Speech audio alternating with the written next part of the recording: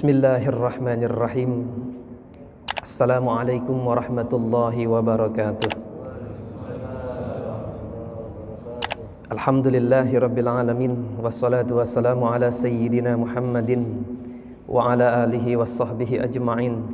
Qala al-muallifu rahimahullahu ta'ala wa nafa'ana bihi wa bi'ulumihi wa bi asrarihi fid dharaini amin. Rabbi syrah li sadri wa yassir li amri wahlul 'uqdatan min lisani yafqahu qawli wasaddid lisani wahdi qalbi bihaqqi nabiyyina Muhammadin sallallahu alaihi wasallam ila hadratin nabiyil mustafa rasulillah sallallahu alaihi wasallam bisirril fatihah. Billahi minasyaitonir rajim. Bismillahirrahmanirrahim. Alhamdulillah. Iyyaka na'budu wa iyyaka nasta'in. Ihdinas siratal mustaqim. Siratal ladzina an'amta 'alaihim ghairil maghdubi 'alaihim waladdallin. Bismillahirrahmanirrahim. Bapak-bapak, ibu-ibu yang insyaallah dimuliakan oleh Allah Subhanahu wa taala. Pada kesempatan pagi hari ini insyaallah kita akan membahas kitab hadis. Ini kitab judulnya namanya kitab Al-Jami'us Shaghir, karya Al-Imam Abdurrahman As-Suyuti yang wafat pada tahun 911 Hijriah. Bismillahirrahmanirrahim. Saya pakai ini kitab syarahnya Faidul Qadir, pakai juz yang keempat. Juz yang keempat. Jadi semuanya ada 6 juz. Ini syarahnya karya Imam Al-Munawi Faidul Qadirnya. Bismillahirrahmanirrahim. Hadis yang ke-4645. Sab'atun yuzilluhumullahu yawma fi zillihi yawma la zilla illa zilluh. Baginda Nabi sallallahu alaihi wasallam bersabda, ada 7 kelompok manusia yang Allah akan naungi mereka dengan naungan rahmatnya Allah, ketika tidak ada naungan kecuali naungan Allah Subhanahu wa taala. Nanti di padang mahsyar enggak ada lagi tempat bernaung, naungan rahmatnya Allah kecuali naungan dari Allah. Di padang mahsyar ketika orang terik panas kepanasan, 7 kelompok ini akan tetap adem, nyaman. Kenapa? Karena Allah yang naungin dengan rahmatnya Allah Subhanahu wa taala. Bapak jamaah sekalian, orang yang namanya masuk surga itu dengan rahmat, Pak. Bukan dengan amal. Bukan dengan amal. Amal ini ngundang supaya kita dapat rahmat Allah. Jadi kita sholat ini kita pengen mengundang rahmatnya Allah turun kepada diri kita. Itu. Bukan dengan amal kita. Jadi ada riwayat begini Bapak jamaah sekalian. Ada riwayat, ada orang ahli ibadah sampai puluhan tahun. Masuk surga, nanti masuk surga. Kata Allah begini, udkhulil jannah bi rahmati, katanya. Fulan ente masuklah surga dengan rahmat saya, katanya. Kalau bahasa Betawinya Pak, rahmat itu belas kasih Pak. Kalau bahasa Betawi gini, udah ente masuk surga, gua kasihan sama lu gitu. Jadi masuk surganya karena kasihan. Belas kasih rahmat Allah kan kasihan Pak. Allah kasih, Allahumma irhamna ya Allah, kasihanilah saya ya Allah, sayangi saya, rahmati saya. Jadi kata Allah, fulan ente masuk surga dah, gua kasihan sama lu. Kalau bahasa Betawinya gitu. Ini ahli ibadah protes. Ya Allah, kaifa sholati wa kaifa ibadati, katanya. Sholat saya dikemanain, ibadah saya dikemanain puluhan tahun. Jadi kata Allah gimana? Jadi ente mau masuk surga melalui rahmat saya, apa pakai amal, katanya? Pakai amal aja, katanya. Timbang. Masa saya ibadah nggak dihargain puluhan tahun gitu. Padahal ibadah ini wasilah doang, biar mengundang rahmatnya Allah gitu. Ya udah kalau gitu ditimbang. Ini amal nih orang nih ibadah puluhan tahun, sholatnya sampai ratusan bahkan ribuan rakaat sehari. Emang ini orang hebat ini, ahli ibadah. Bener-bener full buat ibadah. Ditimbang ibadahnya beratnya minta ampun, bagus beratnya. Sama Allah matanya diambil satu doang. Mata baru ditaruh mata nih Pak, buat nimbang amal dia nih. Ibadah puluhan tahun, nikmat mata. Timbangan piringan satu amalnya, begitu hebatnya, ditaruh nikmat mata. Satu buahnya, belum dua-duanya. Ditaruh di timbangan sebelah, ternyata kalah berat. Kalau make amal nih orang masuk neraka. Ini orang masuk neraka. Kenapa? Karena hakikatnya nikmat yang Allah beri kepada kita wajib disyukurin. Wajib disyukuri. Mensyukuri nikmat yang Allah beri bukan hanya mengucap alhamdulillah ya Allah, bukan hanya itu. Tapi ada tindakan Umpama gini Pak, mohon maaf, umpama kita dapat uang 1 miliar, entah dari gusuran dan sebagainya, uang 1 miliar. Ngucapin alhamdulillah ini baru syukur bil lisan namanya. Ini belum hakikat syukur. Tambah 2 lagi hakikat syukur. Yang kedua berbagi. Yang ketiga, gunakan nikmat uang ini untuk ibadah kepada Allah. Ini bentuk syukur namanya. Dikasih nikmat mata ini, kalau misalkan mau ditimbang sama amal, itu nikmat mata aja belum bisa kita bersyukur atas nikmat mata dengan cara menggunakan nih mata totalitas buat ibadah kepada Allah. Gitu. Makanya orang masuk surga sebab rahmatnya Allah Subhanahu wa taala, belas kasihnya Allah Subhanahu wa taala. Amaliyah kita Pak, ngaji hari ini untuk mengundang rahmatnya Allah Subhanahu wa taala. Nah, ada 7 kelompok manusia ini yang akan mendapatkan naungan rahmatnya Allah Subhanahu wa taala. Yang pertama, imamun adilun, seorang pemimpin yang adil, seorang imam yang adil. Imam yang adil itu syaratnya 3. Para ulama mengatakan yang pertama al-hikmah, kudu bijak. Yang kedua wasyajaah, berani. Yang ketiga wal ifah. Kalau ifah ini kalau orang Betawi ngartiinnya apik-apik. Apik-apik itu gini, dia nggak melakukan sesuatu yang kurang pantas dilihat, yang bisa nurunin derajatnya. Namanya ifah. Walaupun nggak haram. Walaupun nggak haram. Beda Pak ya, kalau anak bocah ngenyot es sambil jalan beda Pak. Sama kelas ulama ngenyot es sambil jalan ya. Kalau ulama ngenyot es sambil jalan pantas nggak kira-kira Pak? Nggak pantas Pak. Ini namanya nggak ifah. Gitu. Jadi aktif tindakan ini dilihat, dikontrol. Ini namanya pemimpin yang adil. Orang kalau adil pemimpin, jangankan manusia, serigala aja nggak berani untuk menerkam binatang peliharaan warganya. Ini kata ulama. Jadi ketika Khalifah Umar bin Abdul Aziz menjabat sebagai khalifah, nggak ada pengaduan satupun tentang gembalaan rakyatnya dimakan serigala. Serigala aja takut sama keadilan Khalifah Umar bin Abdul Aziz rahimahullah ta'ala. Ini Pak luar biasa, Masya Allah wa tabarakallah. 1. Hadirin wal hadirat rahimakumullah. Yang kedua, wasyabun nasya'a fi ibadatillah. Yang kedua, 7 kelompok manusia yang akan mendapatkan naungan rahmatnya Allah adalah pemuda yang tumbuh di dalam ibadah kepada Allah Subhanahu wa taala. Yang disebut pemuda, Pak. Kalau orang tua banyak ibadah wajar ya, Pak ya? Wajar ya, karena memang udah harus mempersiapkan. Kalau udah umur 40 tahun udah siap-siap, Pak. Udah siap-siap, aktivitas dunia bukan ditinggalin tapi dikurangin. Ya kalau udah mapan bisa makanya Imam Syafi'i umur 40 megang tongkat, sebelumnya enggak.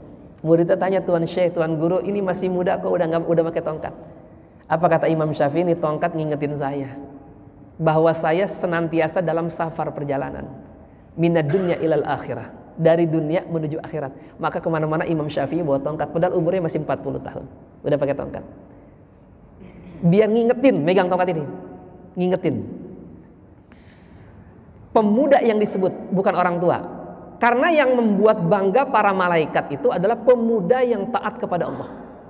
Kalau orang tua memang udah semestinya taat kepada Allah. Makanya di dalam Al-Quran Pak ada namanya surat Al-Kahfi Pak. Betul ya Pak ya? Bu, ada surat Al-Kahfi nggak Bu? Ada ya. Al-Kahfi itu menceritakan 7 orang pemuda. Saya yakin kalau misalkan yang 7 orang bukan anak muda nggak masuk dalam Quran, saya yakin. Umpama 7 orang aki-aki nggak bakal masuk Quran. Ya menurut saya, karena yang nggak hebat dong kalau ada anak muda yang biasanya buat santai-santai, rileks-rileks. Apa namanya kalau anak muda, darah muda kan beda ya Pak ya. Dan masing-masing pernah muda ada ya. Mau hal-hal yang apa ya, yang baru terus ya. Biasanya lalai sama Allah. Tapi ini ada pemuda menyelamatkan imannya daripada pemimpin yang zalim. Dia kaburlah, ngumpet di goa. Ini Ashabul Kahfi nih, surat Al-Kahfi itu. Wasaminuhum kalbuhum, ulama khilaf. Yang ke-8 adalah anjingnya. Jadi ada anjing ngintilin, kalau bahasa orang Betawi ngintil, ngikutin anjing. Jadi 7 pemuda, 1 anjing, jadi 8. Ini anjingnya. yang kata Syekh Muhammad Nawawi bin Umar Al-Jawi Al-Bantani dalam kitabnya Kasyifatus Saja, di antara anjing yang masuk surga adalah anjingnya Ashabul Kahfi. Anjing ngikutin ulama masuk surga, Pak. Masa orang lebih layak, Pak? Manusia lebih layak masuk surga ketika dia mengikuti para ulama-ulama. Maksud mengikuti, menghadiri majelisnya, ngamalin ilmunya, baik sangka terhadap sesama, apalagi terhadap ulama. Maka insya Allah ini yang saya pikir akan menghantarkan kita ke dalam surganya Allah Subhanahu wa Ta'ala. Karena kalau nyari ulama yang sempurna nggak ada, Pak. Yang selama ini ulama masih namanya manusia, pasti ada khilafnya. Supaya kita bisa mengambil ilmu, ya caranya kudu berbaik sangka. Ambil yang baik, buang yang buruk. Kalau Bapak nyari ulama yang kagak ada nodanya, saya pikir nggak bakal ketemu. Pujangga mengatakan barang siapa yang mencari teman yang sempurna, maka dia akan hidup tanpa teman. Barang siapa yang mencari pasangan yang sempurna, seumur hidup dia akan menjomblo. Nggak bakal ketemu. Gitu, Pak. Nah, ini wasyabun nasya'a fi ibadatillah, pemuda yang taat di jalan Allah Subhanahu wa Ta'ala. Pemuda yang biasanya konotasinya kan pemuda tuh melakukan sesuatu yang hal-hal yang gak manfaat, buang-buang waktu, happy-happy. Tapi kalau ada pemuda yang dari masih muda tumbuh dalam ibadah kepada Allah, ini malaikat kagum. Allah kagum, para malaikat kagum. Ini beda nih, Pak. Ini beda. Ini Masya Allah. Tapi kita punya langkah, Pak. Biar anak kita ke arah sini ada, Pak. Kita masukin pesantren, Pak. Kalau pesantren nih bocah tumbuh udah ada aturannya, Pak. Handphone nggak ada. Kan yang menghambat orang wusul ke Allah saat ini handphone, Pak. Saya punya guru namanya Syekh Nuruddin Marbu Al-Banjari. Ini godaan terbesar santri kata beliau itu kalau di rumah main handphone. Ya seorang tua juga sama, kalau udah main handphone dulu nggak usul ke Allah, nggak sampai ke Allah. Penghalang kita tuh bukan yang mana? Handphone penghalang kita. Iya. Ustadz, tapi kan ada manfaatnya. Iya benar ada manfaatnya. Tapi berapa banyak coba orang ngabisin umur di handphone itu lebih banyak yang manfaat apa enggak, Pak? Manfaat salah, Pak.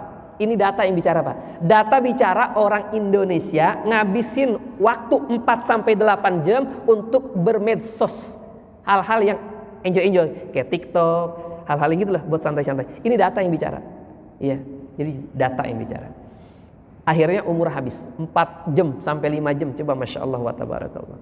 Makanya Imam Ghazali Masya Allah wa tabarakallah, Pak. Beliau membuka kitabnya dengan bagaimana kita diajak tafakur sama Imam Ghazali. Karena Imam Ghazali menganjurkan kita untuk sedikit tidur. Beda sama dokter ya. Kalau dokter yang banyak cukup yang tidur. Iya, badan sehat benar kalau tidurnya cukup, tapi nggak ada karya. Bedanya gitu. Kalau Imam Ghazali menganjurkan tidur secukupnya tapi nggak banyak. Kenapa? Imam Ghazali membuat tamsil kalau orang tidur sehari ngikutin anjuran dokter, berapa Pak sehari, Pak, disuruhnya? Dokter nganjurin berapa? 8 jam, bener ya? 8 jam. 8 jam berarti sepertiga, Pak. Dari 24 jam, bener ya, Pak ya? Sepertiga umur kita buat tidur, Pak. Kalau umur kita 60 tahun, Pak, dipakai tidur 8 jam sehari. Berarti buat tidur aja habis berapa tahun, Pak? Umur 60 tahun. Sepertiganya berapa, Pak? 20 tahun buat tidur doang, Bapak, jamaah sekalian. Jadi Masya Allah, tabarakallah. Makanya para ulama dulu tidurnya dikit, Pak. Kenapa? Ya wajar, karena karya tulisnya banyak. Imam An-Nawawi tiap malam gak pernah tidur. Beliau wudu, sholat subuh dengan wudu isya. Ini Imam An-Nawawi 30 tahun. Jadi kagak batal. Gak kentut? Enggak, karena gak makan. Gak kencing, karena gak minum. Dikit ya. Kalau kita kan, mohon maaf ya, buang angin mulu, kencing mulu, makannya banyak, minumnya banyak gitu. Karena kurang. Ini wasyabun nasya'a fi ibadatillah, pemuda yang tumbuh dalam ibadah kepada Allah Subhanahu wa Ta'ala. Yang ketiga, wa rajulun qalbuhu mu'allakun bil masjid. Dalam satu riwayat bil masajid. Seorang yang hatinya tertaut dengan masjid. Maksudnya apa? Ini orang sholatnya istiqomah di masjid. Maksudnya begitu. Orang ini yang akan mendapatkan naungan rahmatnya Allah Subhanahu wa Ta'ala. Maka bapak-bapak ini Masya Allah, Bapak, ini beruntung, Pak. Ini rezeki batin yang harus disyukuri. Ya, orang kita kadang-kadang syukur itu masalah duit doang. Dapat duit baru bersyukur. Ini bisa sholat bergerak nih, Pak, subuh berjamaah, ini orang langka, Pak. Orang langka. Ini spesial. Subuh berjamaah ini yang salah satu mendapat jaminan dari Allah, pengamanan langsung dari Allah. Kalau kita mulai subuh dengan berjamaah, ini dalam suatu riwayat dikatakan, maka kita berada dalam pengamanan Allah. Insya Allah sampai sore aman diri kita, Pak. Kalau ada orang yang membunuh kita, Allah akan nyungsepkan dia ke neraka. Kita dalam satu riwayat. Subuh ini luar biasa, masya Allah wa tabarakallah. Orang yang hatinya tertaut dengan masjid ini, orang yang paling berbahagia. Jadi kalau mau lihat orang yang paling berbahagia, bukan yang paling banyak hartanya, yang paling tinggi jabatannya, bukan. Tapi yang paling sering mondar-mandir ke masjid. Kenapa?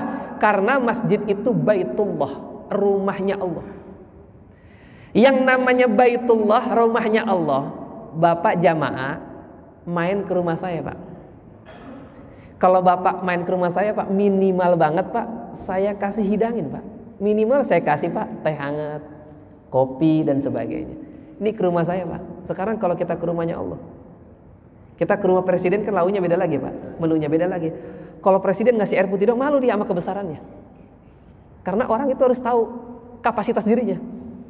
Saya siapa? Ada tahu, masa Ilokan punya duit banyak, duitnya banyak, orang kaya, masa nyediapin? Disesuaiin. Tahu diri namanya, Pak.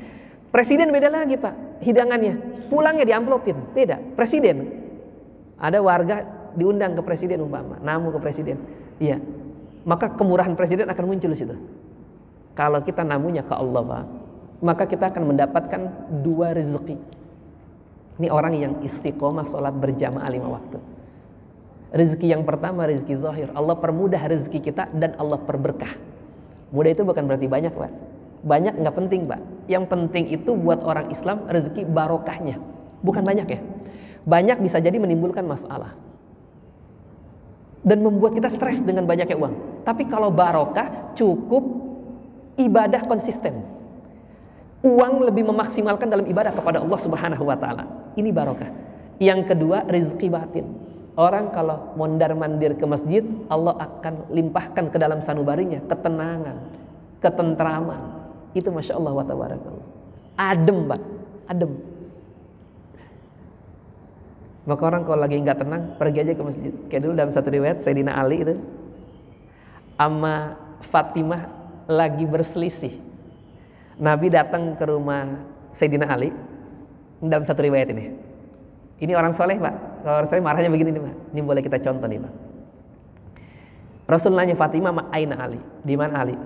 Ali fil masjid, di masjid. Emang kenapa? Kok nggak di sini? Tidurnya? Ya ada tengkar kecil, biasa. Jadi yang namanya bayangan kita, yang namanya rumah tangga bertengkar kecil tuh, Pak, beda pemikiran, udah kudu, Pak. Iya, kudu. Itu kudu. Itu hal yang wajar.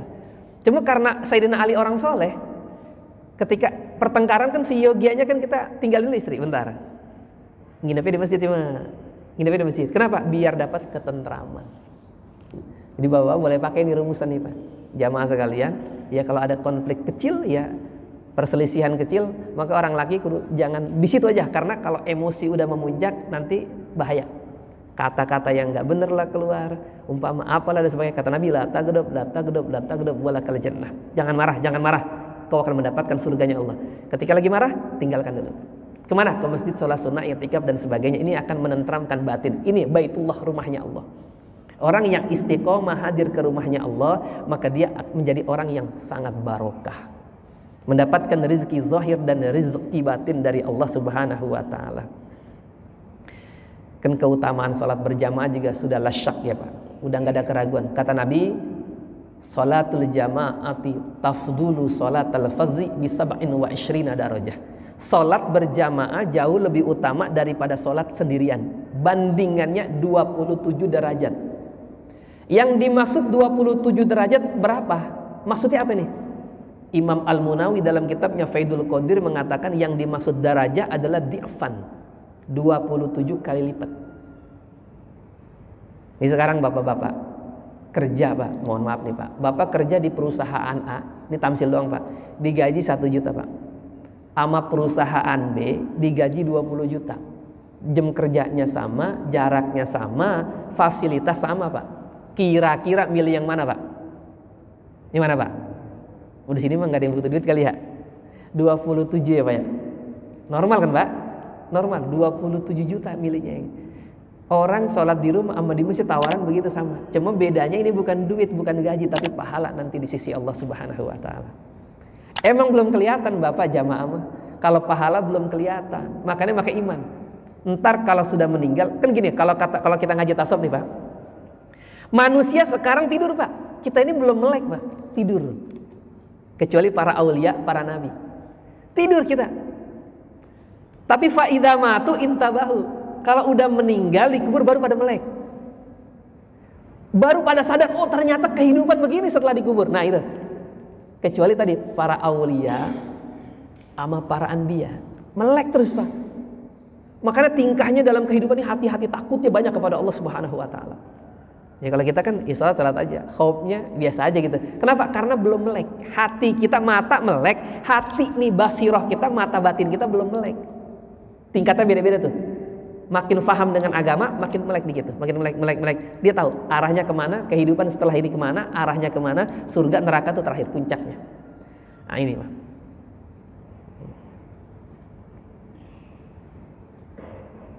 Wa rajulun qalbuhu mu'allaqun bil masjid. Seorang yang hatinya tertaut dengan masjid. Istiqomah salat berjamaah 5 waktu kalau memungkinkan. Karena ada orang yang mungkin aktivitasnya di luar kerja. Itu namanya uzur, beda. Maka orang-orang ini yang akan mendapatkan naungan rahmatnya Allah Subhanahu wa Ta'ala di hari tidak ada naungan kecuali dari Allah Subhanahu wa Ta'ala.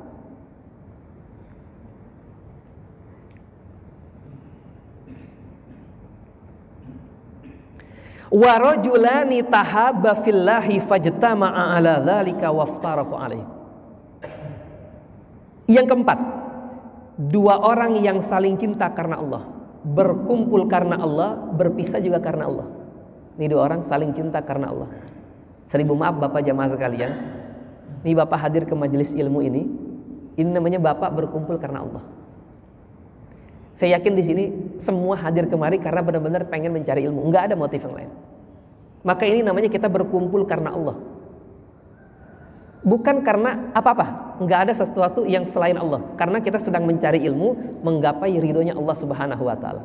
Karena fadilah ilmu ini luar biasa Bapak jamaah sekalian. Yang namanya ilmu, dalam satu riwayat dikatakan, kau keluar rumah pagi-pagi menuju masjid untuk mencari ilmu.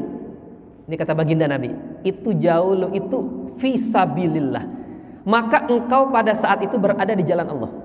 Ketika kita keluar dari rumah menuju masjid pagi-pagi mencari ilmu, tujuan cuma mencari ilmu, maka kita berada fisabilillah di jalan Allah.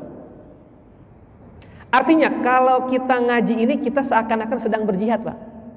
Makanya orang kalau misalkan lagi ngaji, dia berangkat meninggal atau pulang meninggal, maka meninggalnya syahid.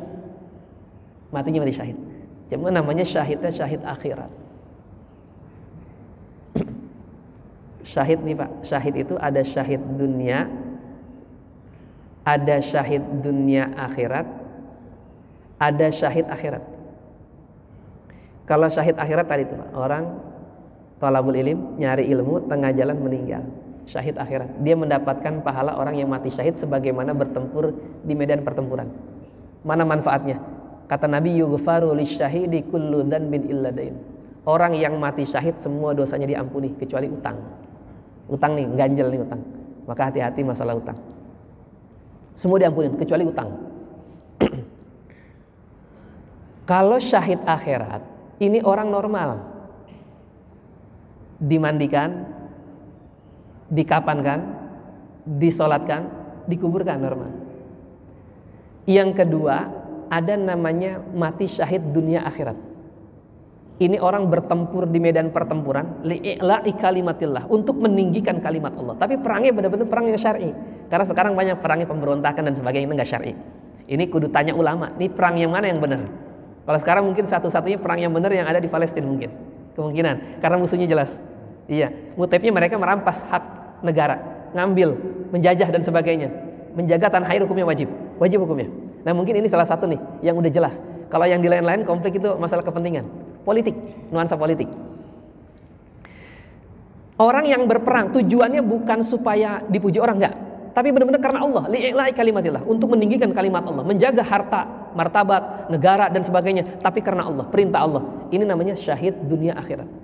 Ini orang yang kayak begini nggak perlu disolatin, Pak. Nggak perlu dimandiin. Kafankan dengan pakaian yang ada, lalu dikuburkan. Darahnya jangan hilangin, nanti darahnya harum. Ini yang kedua. Yang ketiga namanya syahid dunia doang. Ini orang bertempur, berjihad, tapi niatnya supaya dikata hebat. Niatnya supaya dianggap pahlawan.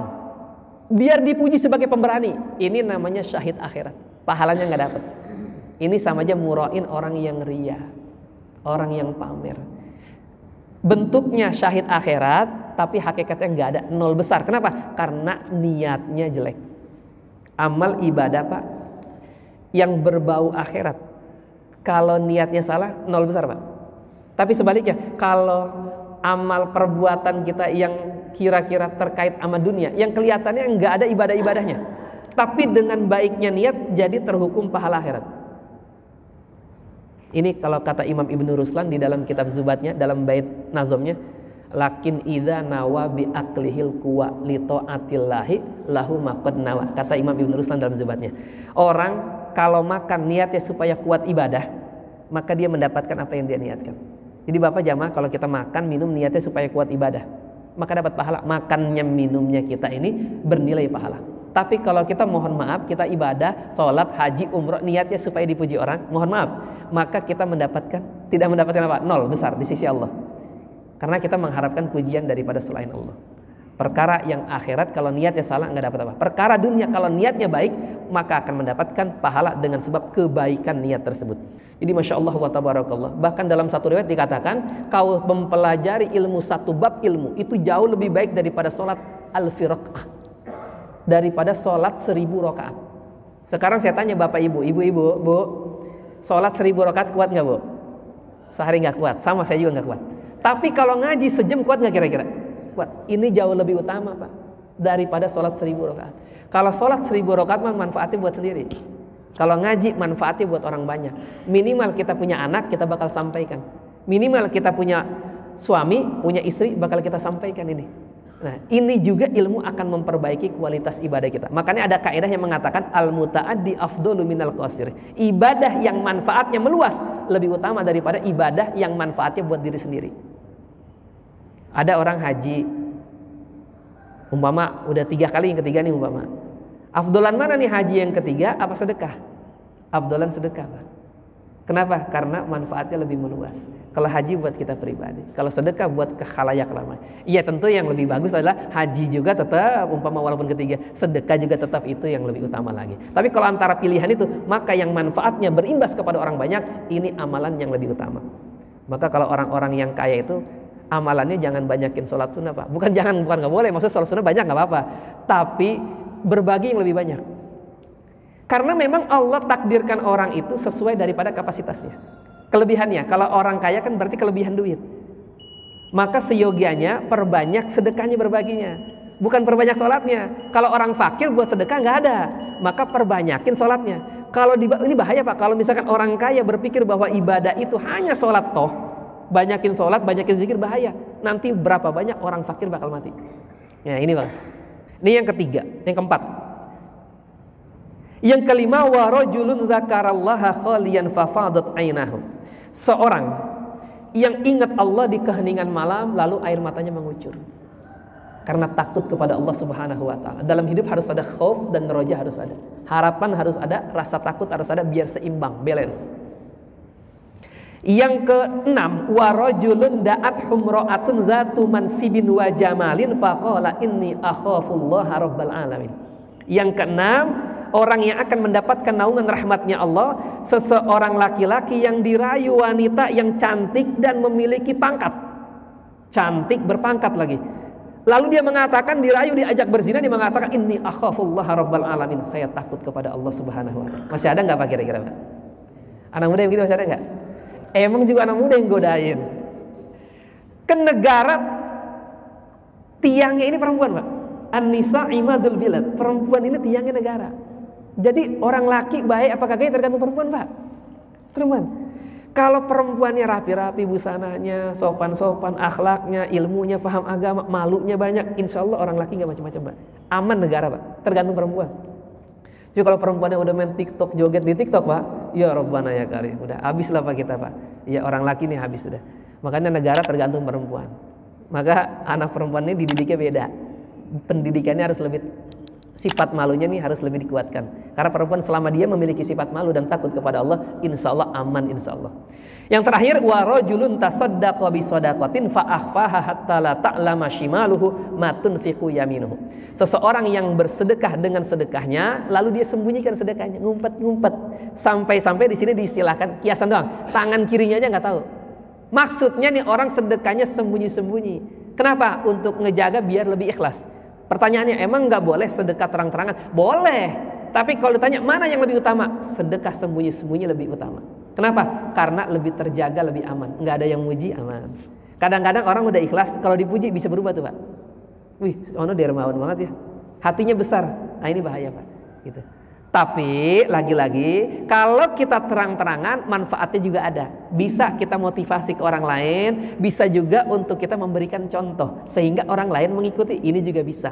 Jadi tergantung kepada hati sanubarinya. Sedekah terang-terangan diperbolehkan asal ikhlas.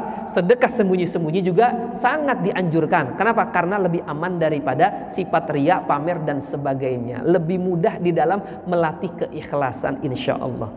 Bapak-bapak jamaah sekalian, sekian kajian kita pada pagi hari ini. Bapak-bapak yang 3 poinnya singkat aja Bapak jamaah sekalian. Kurang lebihnya al-fakir mohon maaf, biasa ada pertanyaan. Ya, sebelum ditutup Bapak-bapak jamaah sekalian, ibu-ibu yang ada pertanyaan saya persilakan.